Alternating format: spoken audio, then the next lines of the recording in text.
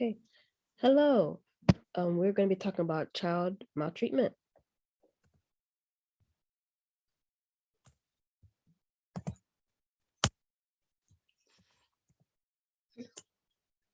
All right. So the first video that we found was a TED Talk.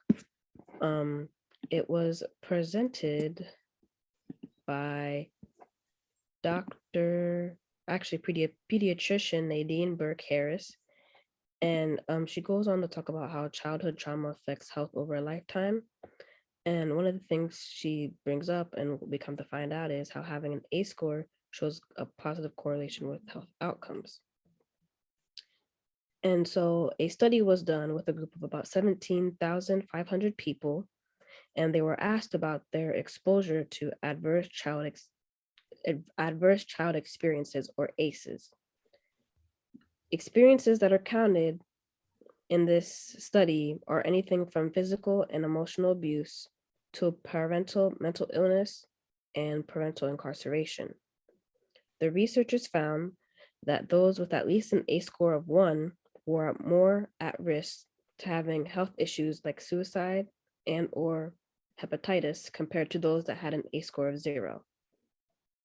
They also found out that a person with an ACE score can be at risk with like their physical health, even if they don't participate in anything considered as a risky behavior, so smoking and drinking.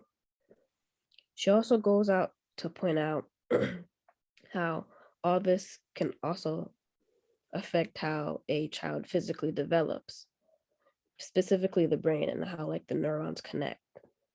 And so what we kind of get from this is how mental and physical health are connected and how we need to take care of each of them to be able to have a full functioning person.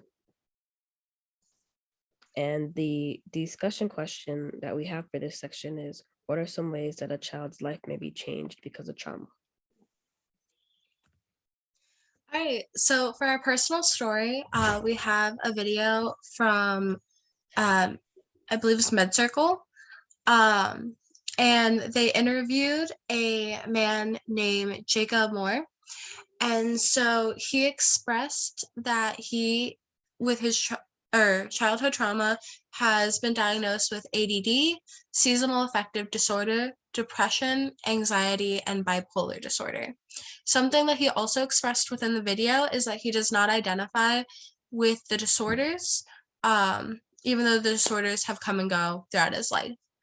He just hasn't really identified with any of them. Um, and so in his situation, he grew up, his mother was 19 years old when she was pregnant. His mother and father were not married. His father was a product of abuse, neglect. He had undiagnosed mental health disorders. He self-medicated with drugs, and he just had survival mode throughout Jacob's childhood. That's how he was living, even though he expressed that his father was very loving. Um, due to all of this, it caused issues within the family. And his mother then, seeing all of this, even though she loved her husband or loved the father, she ended up leaving with the kids, him and his siblings, when Jake was 6 years old. His dad ended up getting into more hardcore drugs, and then eventually was arrested. And then at one point he ended up in a shady hotel, and he ended up dying by suicide.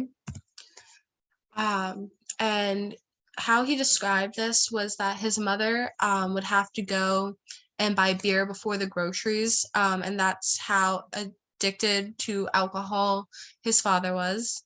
Um, and his father ended up going so unsteady because his mother was, his support pillar. Um, and Jacob, when he was younger, he found out that his father died at 6 years old, and he found out right after his grandfather found out. And he was very angry at his grandfather for not sugarcoating it or hiding it from him. And it ended up having him self-blaming. So he would ask himself why he couldn't be enough, or why he wasn't good enough, and what he did wrong. And he just felt responsible as well for looking out for his siblings and family and being the one there for them. It also caused a lot of anxiety for him. He expressed that if someone were to leave the house, theoretically, he would be anxious about them getting into a car crash and dying and not being able, or not coming home to him, just like his father. Um, and he also expressed that he had a lot of insight at 6 years old. He remembers a lot. He just has gaps in his memory after that. He expressed, or he said that he time traveled through his childhood. He wasn't mentally present. Um, he also said within the video that he was, people would describe him as a bad child, that he might have had a learning disorder, that he wasn't trying enough, and it just affected him a lot mentally growing up. And he said that later in life, when he started to become more aware of this, he had to backtrack because so many of the things that he learned in his childhood were just missing, specifically academics. And then one thing that caught my attention when listening to his story is that when asked if he would change his childhood at all to see it, like if he were to change any of it, um, and he expressed that he would not change a single thing within it because it is what he has. There's nothing else he can do. Um, and that's all he's ever known. So without it, he doesn't know what he would do. And he's taking it in stride. He doesn't want to change it because it's what he has and he's using it to help other people, which I thought was very interesting. And I also just related to when he talked about being anxious of people leaving in fear that they would end up leaving, but that was more of a personal reason that it caught my attention. And I just thought it was interesting to see a parallel between my life and his life.